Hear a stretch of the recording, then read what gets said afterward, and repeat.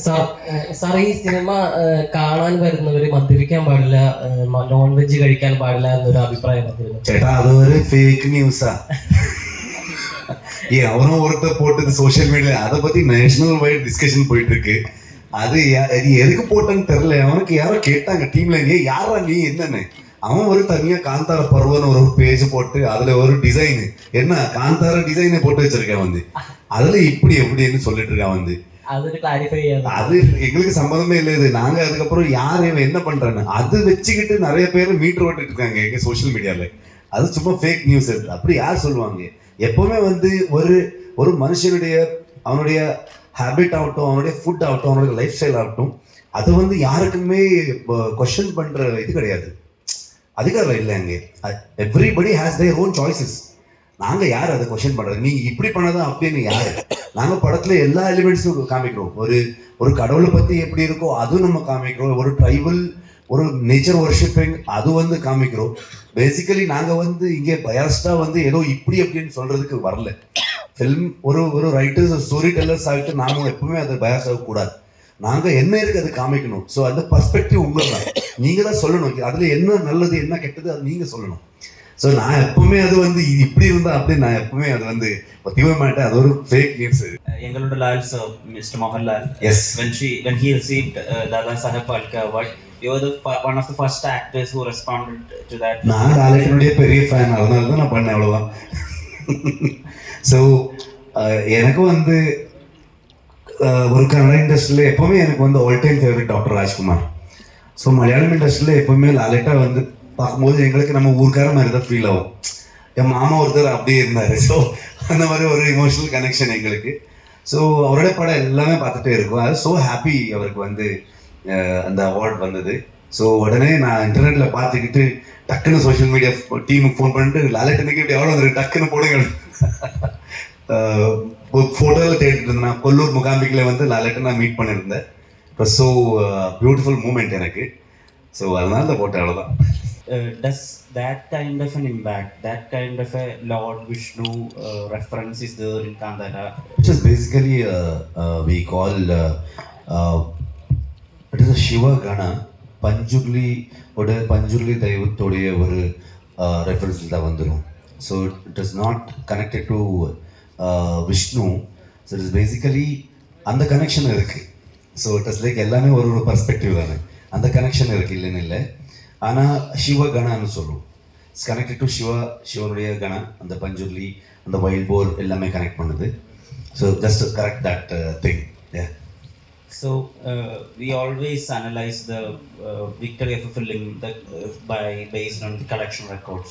So when we are tracking the records, the Kandara Part 1 actually costs around like 14 to 15 crores as per internet records, and it collected. அது estimate சொல்லணும், எனக்கு தெரியல, ப்ரொடியூசருக்கு அவருக்கு தெரியும். And it collected over like 300 crores or something. So it's like 30 times the budget. So is there a pressure? Are you into this number game, the box office? No, I'm not into that number game. So we are into a thing, the whole team. ஒரு எனக்கு லைஃப்பில் வந்து ரொம்ப பெரிய budget படம் அப்போது அந்த காந்தார். நான் ஒரு ஹீரோ அவ்வளோ பெரிய பட்ஜெட்டில் ஒர்க் பண்ணது கிடையாது, அஸ் அ டைரக்டர் பண்ணது கிடையாது. மேக்ஸிமம் ஒரு 3.5-4 crores பண்ணுற ஒரு ஆளாக இருந்தது நான். ஸோ ஃபஸ்ட் டைம் ஒரு 15 crore 16 crore படம் வந்துச்சுன்னா ரிலீஸ் டைமில் பயங்கரமாக ப்ரெஷர் இருந்தது. அப்போது ரிலீஸ் ஆனதுக்கப்புறம் என்னாச்சுன்னா எல்லாருமே இது ஒரு சின்ன பட்ஜெட் படம்னு சொல்கிறாங்க. Because of the collection number some 400+ crores அந்த மாதிரியெல்லாம் சொல்லிட்டு அது ரிலீஸ் ஆகிட்டு ஆடியன்ஸ் பெருசாகிட்டு பட்ஜெட் குறைச்சிட்டாங்க. ஸோ எனக்கு வந்து அப்போது பயங்கரமாக டென்ஷன் இருந்தது. ஸோ எப்படி ஆயிடுது அப்படின்னு. ஸோ அந்த மாதிரி நம்பர் கேமில் நம்ம போக முடியாது எப்பவுமே. ஆனால் அந்த 1000 கோடி கிளப், 1000 crore கிளப், அந்த விஷன் இருக்கு உங்கள் டீமுக்கு. எங்களுக்கு ஆடியன்ஸ் கிளப் போதும்னு ஒன்று இருக்குன்னா, ஆடியன்ஸ் கிளப் இருந்தால், ஸோ ஃபேன்ஸ் கிளப் இருந்தால் அது போதும்னு நினைக்கிறேன். அது அவர் தான். ஸோ அது வந்து நம்ம சொல்ல முடியாது. ஒரு படம் வந்து நாங்கள் we can make a film, ஆனால் அது பெருசு சின்னதாக்குறது ஆடியன்ஸ் தான். அவர் நினச்சாங்கன்னா, உங்களுக்கு எக்ஸாம்பிள் சூப்பரம் ஷோ எங்கேருந்து எங்கே போச்சுன்னு உங்களுக்கு தெரியும், லாஸ்ட் காந்தாரோ எங்கேருந்து எங்கே போச்சுன்னு உங்களுக்கு தெரியும். அந்த மாதிரி இன்னைக்கு நம்ம வந்து லோக்கா வந்து ஒரு மலையாளம் ஃபிலிம்லேருந்து அது வேர்ல்டு வைடு எப்படி ஒரு சவுண்ட் பண்ணிட்டு இருக்குன்னு நீங்கள் பார்த்துட்டு இருக்கீங்க. ஸோ அது ஆடியன்ஸ் கிட்ட தான் இருக்குது. ஸோ அவருக்கு எது பிடிச்சிருச்சுன்னா ஒரு படமே அவர் பெருசாக்கலாம் சின்னதாக்கலாம். So it is up to them. நாங்கள் வந்து எப்போவுமே ஒரு ஹானஸ்டாக இப்போது அந்த ஒரு காந்தாரை வந்து நீங்கள் இதை கொண்டு போய் பேன் இண்டியா வேர்ல்டு வைடு அதை ரீச் பண்ணிவிட்டு அது வந்து எங்களுக்கு ப்ரெஷர் எடுத்தால் ஐ திங்க் அது ஜஸ்டிஃபை ஆக மாட்டேதுன்னு நினைக்கிறேன். நான் அது ஒரு ரெஸ்பான்சிபிலிட்டியை எடுத்துக்கிட்டு நாங்கள் வந்து இன்னும் அதிகமாக எஃபர்ட் போட்டு ஹார்ட் ஒர்க்கு நல்லா போட்டிருக்கோம். நிறைய டிஓபி பெக்லான் நம்ம எல்லாருமே ரமேஷேட்டா ஒன்றும் இல்லை, ரமேஷேட்டா ஸ்டூடியோவில் நல்ல ஏசியில் இருந்தார். ஸோ நாங்கள் ஸ்பாட்டில் மட்டும் பயங்கரமாக இன்ஜுரிஸ் அது இது. ஸோ ஆல்மோஸ்ட் 3 years அரவிந்த் என்னுடைய கோ ரைட்டர்ஸ் எல்லாருமே வந்து மொத்த ஃபேமிலி வந்து குந்தாபுரம் ஷிஃப்ட் பண்ணிட்டு இவன் ஒருத்தன் தான் வந்தா பெங்களூர். ஸோ ஃபேமிலி இங்கே இருந்தார். ஸோ அந்த மாதிரி ஒரு டெடிக்கேஷனில் மொத்த டீம் நம்ம வந்து அந்த சக்ஸஸ் நீங்கள் கொடுத்தது அது ரெஸ்பான்சிபிலிட்டியாக நம்ம யோசிச்சு அது வந்து அது இன்னும் அழகாக பண்ணணும், இன்னும் எஃபர்ட் போடணும், அந்த மாதிரி തോട്ടിൽ தான் நம்ம பண்ணோம். സാർ ഇപ്പോൾ സിനിമയിൽ വന്നു കഴിഞ്ഞാൽ നമ്മുടെ ജീവിതം മുഴുവൻ സിനിമയാവുന്നു എപ്പോഴും പറഞ്ഞു കേൾക്കാറുണ്ട്. അപ്പോൾ 2022 സെപ്റ്റംബറിലാണ് കാന്താര ഫസ്റ്റ് റിലീസാണ്. ഇപ്പോൾ 3 വർഷമായി. ഈ പേഴ്സണലി മെന്റലി ഫിസിക്കലി എത്രത്തോളം അറ്റാച്ച്ഡ് ആ കാന്താരയായിട്ട്?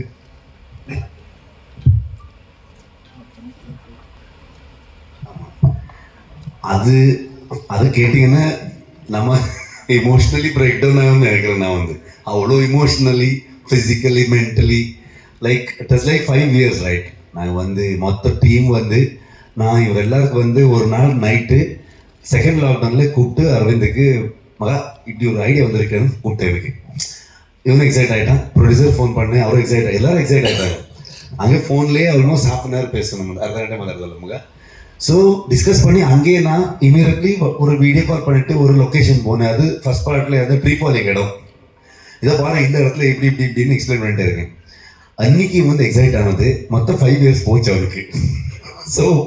ஸோ எல்லாருக்குமே நாட் ஓன்லி மீ, எல்லாருக்குமே வந்து மொத்த ஃபேமிலியோடு இப்போ எனக்கு என்னுடைய பசங்களை வந்து ஸ்கூலுக்கு போக ஸ்டார்ட் பண்ணிட்டாங்க. அந்த காந்தார்கள்லேருந்து அங்கேயே பிறந்து அங்கேயே ஸ்கூல் ஸ்டார்ட் ஆகி அந்த மாதிரி ஒரு ஜர்னி யாருமே பார்க்க முடியல. இந்த ஹோல் வேர்ல்டுக்கு வந்து நம்ம டிஸ்கனெக்டடாக கம்ப்ளீட்லி அந்த காந்தார வேர்ல்டுக்குள்ளே ஃபாரஸ்ட்குள்ளே அதான் அதுக்கு சொல்லிட்டு இருந்தார். லைட்ஸ் எல்லாம் இங்கே தான் பார்த்துட்டு இருந்தோம். நம்ம வந்து ஒரு ஊர்லேருந்து ஒரு ட்ரைபு வந்து சிட்டிக்கு வந்தால் எப்படி இருக்கும் அந்த மாதிரி தாட்டில் தான் இருக்கும் நம்ம எல்லாம். இப்போ அவ்வளோ டிஸ்கனெக்டட் ஃப்ரம் ஃபார் த வெளியே வந்து என்ன நடக்குதுன்னு தெரில. ரொம்ப ஐ திங்க் இப்போவும் வந்து யாருக்குமே தூக்கம் இல்லை. நாங்கள் வந்து ஆல்மோஸ்ட் 3 months போஸ்ட் ப்ரொடக்ஷனில் எல்லாருமே இவன் மட்டும் பெங்களூர் மட்டும் நல்லா தூங்கிட்டு இருக்கான், வேறு இண்டஸ்ட்ரியிலலாம் படம் பண்ணிட்டு இருக்கா, ஹைதராபாத்ல இங்கே எல்லாமே. நாங்கள் வந்து அரவிந்த் ஆகட்டும், சேட்டா ஆகட்டும், ராஜேட்டா, அஜினீஷ் இப்போ ஸ்டுடியோவில் இருக்காங்க. அவர் எனக்கு வேறு ஆப்ஷன் இல்லை, நான் வரணும் இங்கே ப்ரொமோஷனுக்கு. So it's like whole team 48 hours அந்த மாதிரி எல்லாமே தூக்கம் இல்லாமல் கண்டினியூஸ் ஒர்க் போயிட்டுருக்கு. ஸோ மோஸ்ட்லி ஆஃப்டர் ரிலீஸ் எல்லாருமே 1 week 10 days அந்த மாதிரி வர தூக்கம் தான் பண்ணணும்னு நினைக்கிறேன். நான் வந்து എല്ലാവരും തൂങ്ങിടും മോസ്റ്റ്ലി. ഈ ഞങ്ങൾ മിസ് ചെയ്യുന്നൊരു ഋഷഭ് ഷെട്ടി ഡയറക്ടർ ഉണ്ടല്ലോ, സാഹിബ് പ്രശാലി ചെയ്ത ക്രിക്ക് പാട്ടൊക്കെ ചെയ്ത ആ കൈൻഡ് ഓഫ് ഡയറക്ടറിന്റെ പ്ലാൻസ് ഉണ്ടോ ആഫ്റ്റർ? இந்த படம் வந்து ஆ கைண்ட் ஆஃப் டைரக்டர் தான் பண்ணது, அதே டைரக்டர் தான் பண்ணது. சேம் அந்த மாதிரி ஒரு எனக்கு அதான் பண்ண முடியும், அதான் பண்ண தெரியும் எனக்கு, அவ்வளோதான். ஸோ இந்த ஸ்கேலில் வந்து தானே நான் வந்து சேஞ்ச் ஆக முடியாது. I always want to make films like that. சர்க்காரி வந்து எனக்கு ரொம்ப ஒரு இமோஷ்னலி கனெக்டடான ஒரு படம். இப்போ காந்தாரா வந்து நீங்கள் இவ்வளோ பெரிய ஹிட் பண்ணிவிட்டு அதுக்கு இன்னொரு பாட்டு வந்து அதோட ஸ்கிரிப்ட் இவ்வளோ ஒரு ஸ்கேலில் வந்துருச்சு, அதை நம்ம பண்ணிட்டோம், ஓகே. ஆனால் எனக்கு வந்து எப்போவுமே அந்த ஊரில் இருக்கிற சின்ன சின்ன ஸ்டோரி பற்றி சொல்லணும், அதான் எனக்கு எப்போவுமே இம்பார்ட்டன்ஸ். സാർ, ഒരു ഫിക്ഷൻ മൂവിയിൽ മിത്താടി എന്ന് പറഞ്ഞാൽ അതൊരു ഡിഫറെന്റ് കോംബോയാണ്.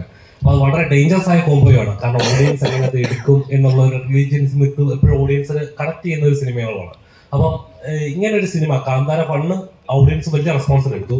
അപ്പം അങ്ങനെ ഒരു മിത്തോളജിക്കൽ ബിലീഫ് ഉള്ളപ്പോൾ ഇങ്ങനെ ഒരു സിനിമ ചെയ്യുമ്പോൾ എത്രത്തോളം റിസ്ക് ഉണ്ടായിരുന്നു മൈൻഡിൽ? டெஃபினெட்லி ரிஸ்க் இருக்கும். ஒரு மைத்தாலஜி கனெக்ஷன். நம்ம வந்து ஃபோக்லோர் பேசிக்கலி நான் வந்து ஃபோக்லோர் இந்த ட்ரைபல் வர்ஷிப்பிங், நம்ம நேச்சர் வர்ஷிப்பிங், அது மனுஷனுக்கும் நேச்சருக்கு இருக்கிற ஒரு கான்ஃப்ளிக்ட், இந்த மாதிரி சொல்லும்போது டெஃபினெட்லி ரிஸ்க். என்னென்னா ஸ்டோரியை வந்து ஒரு காம்ப்ளிகேட்டட் ஆகிடும். ஸோ அது வந்து நம்ம ஸ்மூத் ஆக்கணும்.